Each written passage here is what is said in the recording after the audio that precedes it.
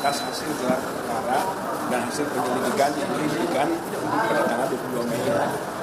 Tujuan utama hampir sholat zuhur, tapi SOP kita ke dalam sesuai dengan peraturan Kepala Kepolisian Republik Indonesia nomor 6 tahun 2019 pasal 31. Gelar itu ada dua, yaitu gelar biasa dengan gelar khusus. Nah, karena diperintahkan di situ, maka kita juga surat adanya gelar khusus tentang bagian penyelidikan, kan begitu. Nah, saya akan mengutip satu karena saya Muslim. Saya mengutip ayat 260 Al-Baqarah. Pada saat itu Nabi Ibrahim itu percaya kepada Allah, cuman dia ingin sekali lebih tenang hatinya, mengatakan kepada Allah, bagaimana saya lebih tenang hati dengan kepercayaan.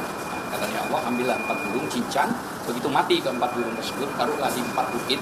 Setelah itu nggak lama kembali lagi. Akhirnya apa kata Nabi Ibrahim? Saya merasa tenang karena ada bukti yang tenang. Nah, rakyat ini butuh ketenangan dalam konteks ini. Nah, ketenangan itulah yang paling mahal di hadapan manusia. Saya kira mungkin lebih sedikit lengkapnya soal pengajuan sekarang ini tentang proses Maksudnya, terima kasih. Ya. Pada prinsipnya, Pak, HP Pak. HP-nya Pak. Pak, HP-nya Pak. Pak, HP. begini. Ya, sesuai dengan yang sudah disampaikan bahwa kita datang ke sini ke Karo Wasidik sebagai atasan penyidik untuk melakukan desakan gelar perkara khusus yang mana tadi disebutkan dalam Perkap 6 2019. Maka di sana kita tuangkan poin-poin keberatan atas hasil gelar perkara dan hasil penyelidikan yang diberikan pada tanggal 22 Mei. Nanti keberatannya kita tuangkan ada 26 motif, kan, yang kita masukkan sebagai alasan hukum. Kenapa? Kedua keberatan kan atas penghentian penyelidikan yang dilakukan oleh pihak Baris Krim.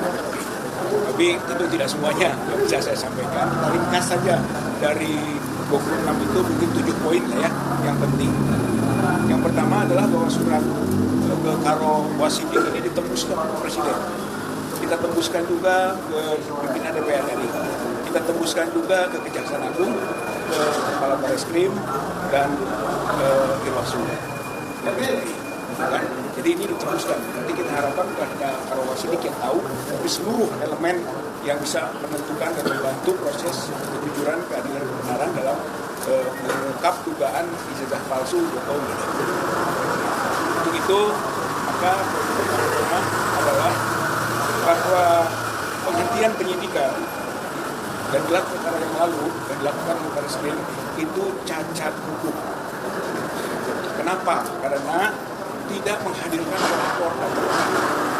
Yang namanya gelar perkara itu dimulai dengan proses pencarian bukti, kemudian menginformasikan hasil pencarian, kemudian pendapat dari pelapor dan termohon, kemudian juga pandangan ahli ataupun pihak-pihak yang ikut dalam proses gelar perkara. Tapi ini tidak, pelapor tidak diundang, terlapor tidak diundang. Jadi internal sekali. Padahal keputusannya itu sangat menentukan. Yang disebut penghentian penyelidikan, bahkan menentukan tidak ada unsur pidana. Saya kira itu adalah keputusan yang sangat fundamental dan itu harus dalam gelar perkara yang dihadiri oleh pelapor maupun terlapor. Saya kira ini faktor pertama. Kita menilainya ini cacat hukum. Nah, kemudian yang kedua, bahwa proses penyelidikan itu tidak tuntas atau tidak lengkap. Kita punya ahli Dr. Rismond dan Dr. Roy, kan? Dan itu masuk dalam bukti-bukti kita, masuk itu dalam bukti-bukti yang diajukan oleh kita, tapi tidak pernah diperiksa, tidak pernah diminta keterangan, pasti tidak lengkap itu hasil penyelidikan secara keseluruhan. Satu. Yang kedua, tidak meminta keterangan Kasmujo dan tidak meminta keterangan Pratikno, gitu kan? Kedua, dua tokoh ini di samping krusial juga telah diduga ikut serta dalam proses yang kemudian kita duga ijazah palsu Jokowi dari itu. Ya, sayang itu tidak diduga minta keterangan. Saya kira itu tidak lengkap jadinya. Yang ketiga, adalah tidak diminta keterangannya Aida Granduri, putri dari Profesor Ahmad Sumitro yang waktu itu dekan Fakultas Kehutanan. Dia sendiri adalah alumnus Fakultas Kehutanan. bukan Sumitro. Dia membuat surat gitu kan, bukti ini tanda tangan yang benar Profesor Dr. Insinyur Ahmad Sumitro gitu. Kemudian namanya Su bukan SOE. Nah, itu diajukan oleh kita ke Barreskrim dan itu menentukan sebab lembar pengesahannya skripsi Pak Joko Widodo itu tanda tangannya beda gitu, dengan tanda tangan Sumitro, dan itulah yang diajukan oleh Aida Grand Jury. Oleh karena itu Aida Grand Jury harusnya diminta keterangan itu untuk sampai lengkap tuntasnya proses penyelidikan, dan itu tidak dilakukan. Maka ini kita sebut alasan kedua, tidak tuntas, tidak lengkap proses penyelidikan. Di samping yang pertama, cacat hukum. Nah, yang ketiga adalah tendensius dan menyesatkan. Kenapa begitu? Itu kan menentukan identik, non-identik, gitu kan.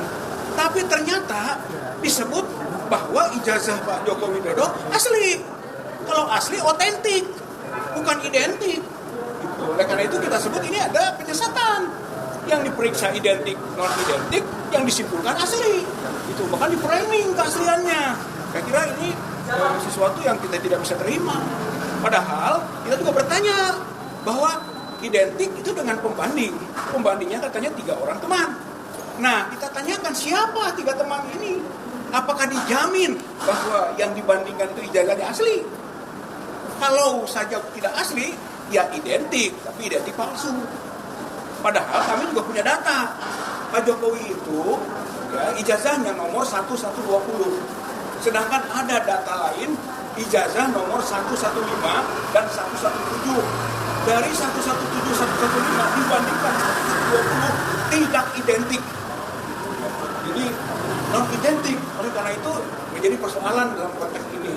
Oleh karenanya konklusinya tadi terjadi penyesatan antara identik, non-identik dengan otentik. Nah, yang keempat itu adalah simplifikasi, menyederhanakan dengan pola membuktikan soal skripsi atau lembar pengesahan skripsi ijazah skripsinya Joko Widodo dengan hanya meraba cekung. Saya kira itu simpel sekali. Itu tidak masuk kategori scientific crime investigation, bukan investigasi yang saintifik. Dan ternyata itu kesimpulannya. Di mana Barreskrim dengan meraba dan melihat cekungan, kemudian disebut itu hand press dan itu letter press, dibandingkan dengan cetakan iya, selesai saja. Oh, nggak bisa. Harusnya penelitiannya saintifik. Uji kertas, ya, uji tinta. Benar, tintanya diuji tahun berapa, sama tidak. Kertasnya sama tidak yang ijazah dengan lembar pengesahan, dengan kontennya yang diketik-ketik itu. Benar nggak sama usianya? Itu tidak dilakukan. Itu harusnya terbuka. Begitu ya, ini yang keempat. Yang kelima adalah bahwa kami mendorong gelar perkara khusus karena ada dasar hukum. Bukan semata-mata tidak puas saja, ada dasar hukumnya. Komplainnya pelapor itu faktor. Faktor kedua adalah kasusnya itu menjadi perhatian umum. Saya kira itu begitu di dalam perkaporinya, bahwa kalau kasus itu menjadi perhatian umum boleh diajukan gelar perkara khusus. Gitu, karena kita tidak merasa gelar perkara biasa kemarin itu tidak optimal dan tidak terbuka dan tidak sesuai juga dengan peraturan yang ada. Itu yang kelima. Yang keenam, kita mengingatkan pasal 10 ayat 1 dan ayat 2 Undang-Undang 31 tahun 2014 tentang perlindungan korban, saksi, dan pelapor. Bahwa ketika proses berjalan, pelapor, saksi, korban tidak boleh dituntut pidana dan tidak boleh dituntut. Itu penegasannya ada pasal 17 undang-undang tersebut, termasuk pasal 10 ayat 1, pasal 10 ayat 2. Dan kita mengingatkan lagi Perma 1 tahun 1956 bahwa kalau ada kasus perdata sedang berjalan untuk konten yang sama, maka hentikan dulu yang pidana.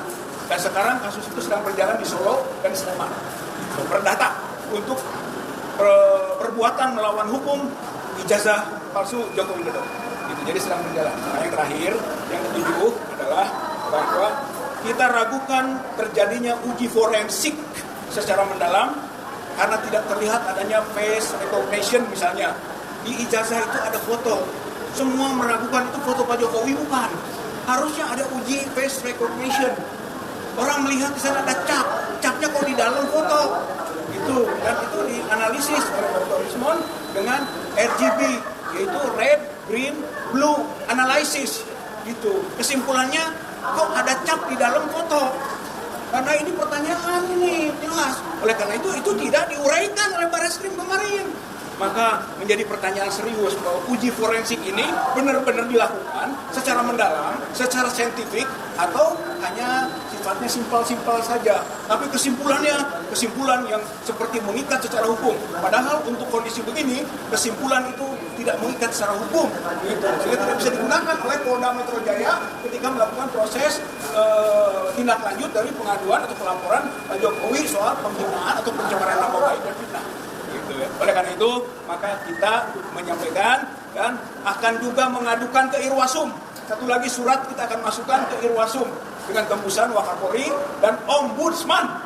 Itu. Jadi insya Allah TPU akan bergerak terus dan belum bisa menyatakan menerima bahwa ini selesai gitu dengan pernyataan Barreskrim ataupun Dirpidum kemarin tanggal 22 Mei 2025. Saya kira itu penjelasan penegasan dari apa yang telah dilakukan. Ada 3 pihak yang juga diperiksa dan juga dengan 13 lokasi yang sudah dilaksanakan. Apakah Bapak juga itu catatan semua? Bukan soal begitu, itu tidak terbuka. Harusnya dikonfirmasi kepada pihak-pihak yang ikut dalam gelar perkara, termasuk pelapor. Gitu, sehingga kami bisa menerima, oh iya bener loh, lokasi itu, oh bener loh, gitu kan, tentang saksi itu, gitu kan, oh bener loh, dokumen itu yang diujinya. Kan begitu, itu fungsi gelar perkara. Karena ini integrated criminal justice system. Jadi yang terintegrasi adanya gelar perkara, itu fungsinya gelar perkara. Saudara juga disampaikan 2 kali tidak memenuhi panggilan pemeriksaan sebagai pelapor. Nah, terus TPUK juga dinyatakan tidak terdaftar di APO. Jadi bicara Bang Egy sudah ada surat resmi yang diberikan oleh Polda mengatakannya bahwa beliau sakit di sini luar negeri. Kemungkinan minggu ini beliau akan dioperasi karena ada indikasi kanker khusus ya. Nah, jadi surat mungkin kalau nggak ini hari besok hasil labnya juga turun. Itu yang Bang Egy ya. Saya kira memang orang kalau mau diperiksa itu ditanya dulu ada sakitnya. Nah, kalau sakit nggak boleh dilanjutkan. Nah, satu itu. Kalau TPUA itu kan tim perkumpulan tak izin. Jadi perkumpulan itu nggak pakai izin harus ke AHU, harus kemana, dan itu clear dilindungi undang-undang. Namun ada hal yang penting saya sampaikan. Ini jangan sampai berbenturan pada KUHP 184 termasuk 185. Poinnya apa? Kalau 184 itu ahli, surat, tunjuk itu harus jelas.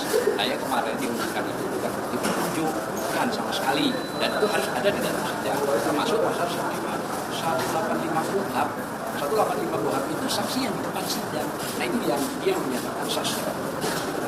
Makanya tadi sempat disimpulkan sudah, tapi ada satu hal yang paling penting bahwa gini. Kalau kita bicara Pak SBY maupun Pak Jokowi, ini pejabat negara. Ada di putusan 102 MK PU 22 tahun 2024 bahwa pejabat negara, korporasi maupun kelompok usaha boleh dikritik, cuma Anda tidak boleh melaporkan. Kan gitu. Kan dia pejabat negara dong, digaji oleh rakyat. Kan dia sekarang masuk di Kepres 30, dia akan menjadi pejabat tinggi dan antara dewas. Nah, jadi makanya secara hukum harusnya tidak perlu begitu. Saya kira itu aja dulu sementara.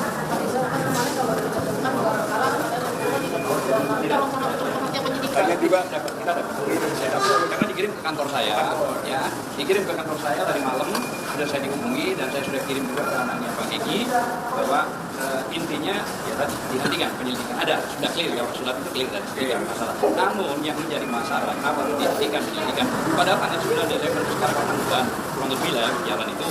Mas dan Pak Jokowi melaporkan kapan tahu seminggu Jokowi ada klarifikasi undang-undang lebih cepat. Jadi ikut before the law itu sudah tidak seimbang.